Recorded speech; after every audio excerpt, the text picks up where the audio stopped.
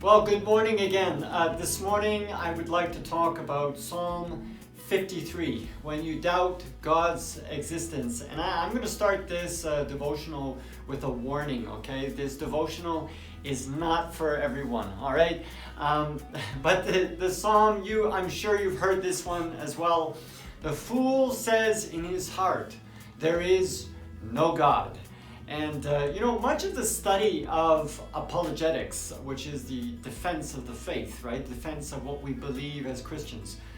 Much of the study of apologetics and atheism has been as though it were a modern phenomenon. The age of enlightenment in the 15th and 16th centuries led to naturalism. In other words, believing that there's only what exists or only what is in the natural world exists. There's nothing outside of that, naturalism.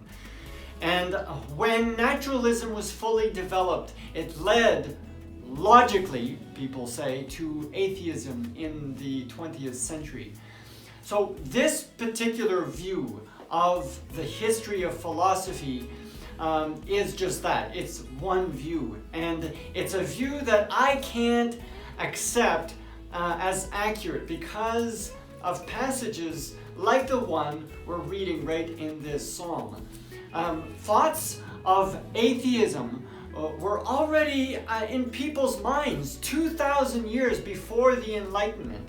People have always had the capacity to question God and to even question his existence.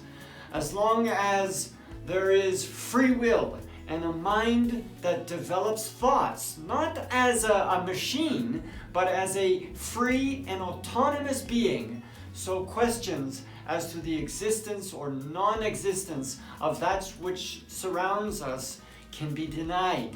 And so we question our own existence. We question where we come from. We question for what purpose we exist.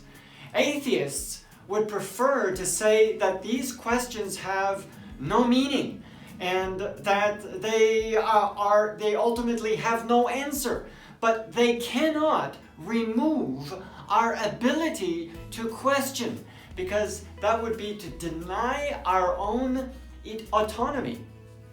Those who believe that we are not autonomous, but only a product of our environment are actually saying that we are little more than, say, geraniums, and that we should therefore doubt our ability to create ideas that make sense in the first place. So I'm not sure why we should take an atheist seriously in the first place, because they believe that they're geraniums, right? The interesting thing is that Thomas Aquinas wrote about these very things back in 1250 AD.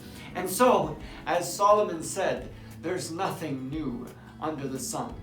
Which is the reason why the psalmist here says, the fool says in his heart, there is no God.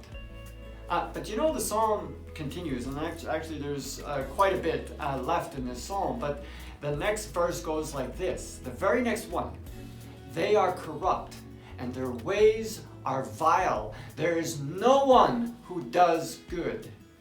Why is it that the existence of God is so connected to morality? I believe it's because the existence of God is not only a philosophical question, but a question of how we live. So those who want to deny the existence of God also want to deny his authority over the created world and his ultimate moral law. So you can't disconnect the moral law from the moral law giver. Morality, truth, goodness are not abstract concepts, but realities that emanate from the person of God.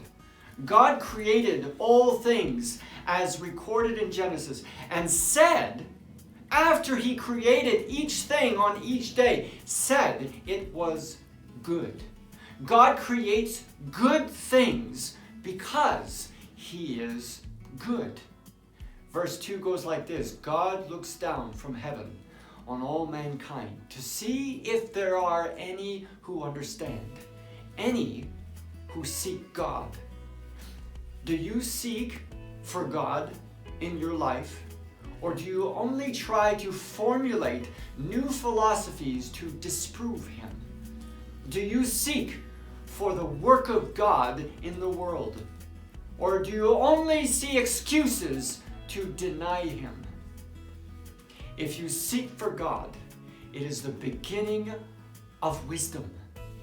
You know, when Francis Bacon wrote the scientific method, a book, right, that he wrote. He called it The Scientific Method. It was written in 1620. The real name, it was written in Latin, right? Novum Organum, a new instrument, right?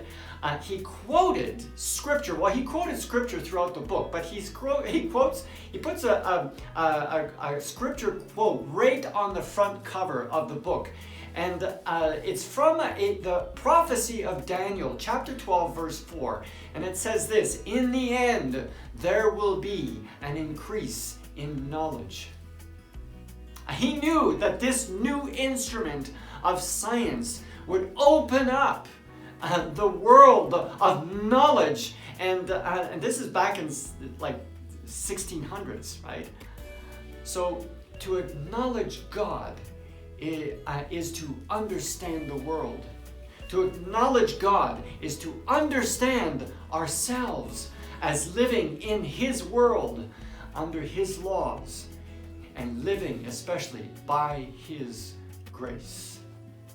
May the Lord bless you today.